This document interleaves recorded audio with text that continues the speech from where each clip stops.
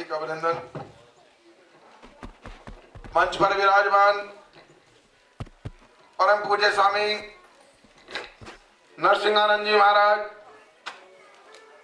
जिनके नामानुरूप, जिनकी सिंह गर्जना को सुनकर विदर्भियों के दिल दहल जाते हैं, ऐसे ओजस्वी संत हमारे मध्य उपस्थित हैं परम पूज्य नरसिंहानंद जी महाराज, और जो न केवल लेखनी के धनी हैं बल्कि हमारी सनातन संस्कृति को निरंतर उसका संरक्षण करते हुए और एक हमारी संस्कृति का एक विशेष कार्य अपने लिए तो सभी लोग करते हैं, उनको हम कलिकाल के अगर भागीरथ कहें, ऐसे श्री माननीय आदरणीय नरेंद्र जी अपने स्वजनों के लिए तो सभी प्रयास करते हैं।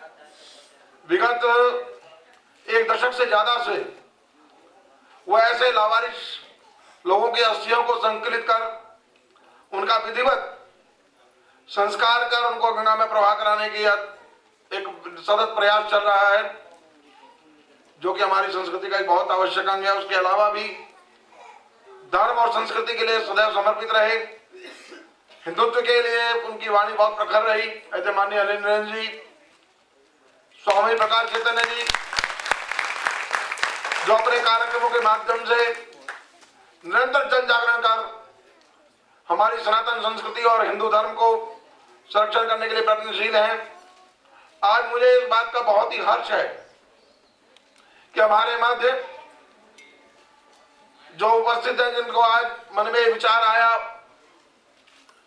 कि जो भी हमारे हिंदुत्व के विरोधा, गोरक्षा के लिए, धर्म के लिए, संस्कृति के लिए अपनी इन विषम परिस्थितियों में भी अपने उस कार्य में लगे हैं, उन सबका एक अभिनंदन किया जाए, क्योंकि सनातन हिंदू वाहिनी का गठन इस लक्ष्य को लेकर हुआ है कि जहां भी आवश्यकता पड़े हिंदुत्व के लिए, हिंदुत्व के संरक्षण के लिए, सनातन संस्कृति के संरक्षण के लिए अपना जो है आपसी सामंजस्य बिठाकर हम लोग एकजुट होकर प्रयास करें।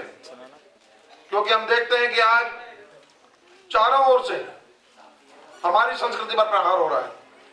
जितने भी हमारे आस्था के केंद्र हैं, गो, गंगा, गायत्री, और अभी हाल ही में जो देखने में आ रहा है कि हमारी जो धार्मिक परंपराएं हैं उनको भी विखंडित करने का प्रयास चल रहा है।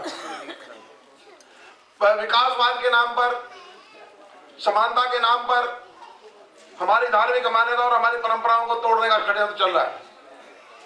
और देखने में यह है कि जो भी हमारे लोग हिंदुत्व के लिए कार्य करते हैं उनको बहुत ही विषम परिस्थितियों का सामना करना पड़ता है, और कई बार हमारे गोरक्षकों को अपनी जान पर खेलकर गोरक्षा के कार्य को संपूर्ण करना पड़ता है। ऐसे वीर साहसी सभी पुरुषों का सनातन हिंदू वाहिनी हृदय से हार्दिक अभिनंदन करती है।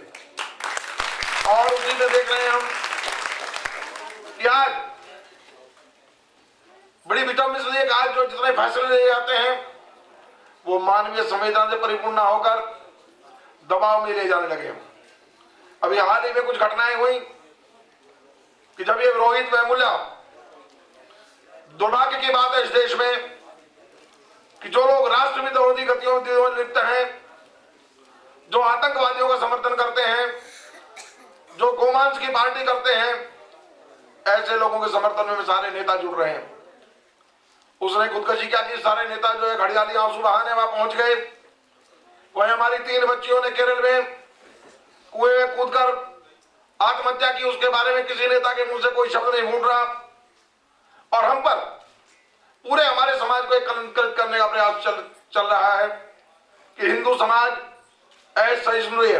मैं उनसे पूछना चाहता हूं, एक कमलेश तिवारी ने तो केवल टिप्पणी की थी और उन मुसलमानों ने उनके नाम फतवा जारी कर दिया उनके पूरे परिवार को खत्म करने का। अहिष्णु कौन है?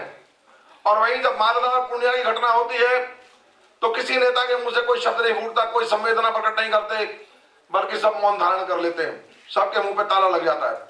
वह भी आपको मालूम होगा, कभी पूना में तो कोई मुसलमान युवकों ने एक हिंदू युवक को पीट कर मार दिया।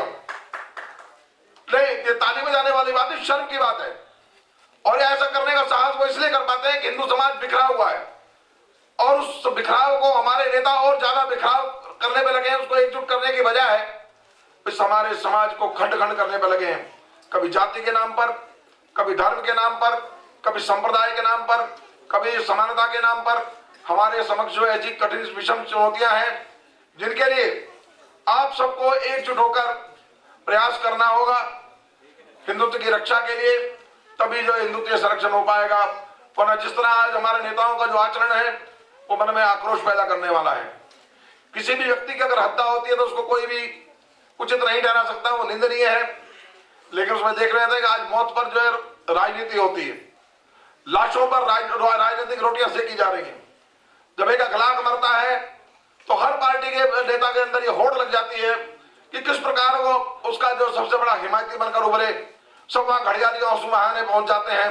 अगर मानवीय संवेदना होती तो हमें भी हर्ष होता, लेकिन उनके पीछे उनके तो वोट बैंक दिखाई देता है, चाहे वो अखलाक की मौत हो या रोहित वेमुला की मौत हो। अब जरा कल्पना कीजिए, जब जो आदमी राष्ट्र विरोधी गतियों में लिप्त रहा हो उसको अगर गांधी की तुलना की जाएगी तो महात्मा गांधी भी शायद लज्जित हो जाएंगे उनकी ये बात सुनकर। अभी आज अखबार में पढ़ने में आया कि राहुल गांधी ने उस रोहित वेमुला को गांधी के तरह महात्मा गांधी के समान बताया। अरे महात्मा गांधी ने चलो राष्ट्र की स्वतंत्रता के लिए कोई योगदान रहा होगा, लेकिन इसका राष्ट्र के जो राष्ट्र विरोधी गतियों में लिप्त है उसका राष्ट्र के लिए क्या योगदान है। और इसको ये तो बिल्कुल शर्म की बात है कि हमारे राजनेता इस हमारे समाज को दिशा क्या दे रहे हैं। और इसके बहुत ही घातक परिणाम होंगे जब ये फैल राजनीति हमारे सरकारें अगर दबाव में फैसले करेंगी तो उसके अंदर समाज के अंदर बहुत बड़ा विघटन पैदा होगा और समाज के अंदर आक्रोश पैदा होगा, जिसके बहुत ही घातक परिणाम हमारे सामने आएंगे। इसलिए जरूरी है कि जितने भी हमारे हिंदूवादी संगठन हैं, जितने भी हमारे हिंदुत्व के कार्यकर्ता हैं, सब मिलकर अपने धर्म, अपनी संस्कृति, अपने स्वाभिमान के लिए होकर एकजुट काम करें, तभी हम इसकी जो है रक्षा कर पाएंगे। और इसी भाव को लेकर आज ये सनातन हिंदू वाहिनी ने प्रयास किया है कि जो भी हमारे हिंदुत्व के विरोधा, जो बहुत विषम परिस्थितियों में जिनके ऊपर कई बार जब वो हिंदुत्व के लिए काम करते हैं झूठे मुकदमे लगाए जाते हैं, उन पर लाठी डंडे बरसाए जाते हैं, तो तरह तरह के मुकदमे में उनको फंसाने का प्रयास चलता है, लेकिन उसके बावजूद भी उनका हौसला पस्त नहीं होता, वो अपने उस लक्ष्य को लेकर चलते रहते हैं। ऐसे सभी कार्यकर्ताओं में पुनः हार्दिक अभिनंदन करता हूं और आज उन्हीं को अभिनंदन करने के लिए इस कार्यक्रम का आयोजन किया है। जय श्री राम।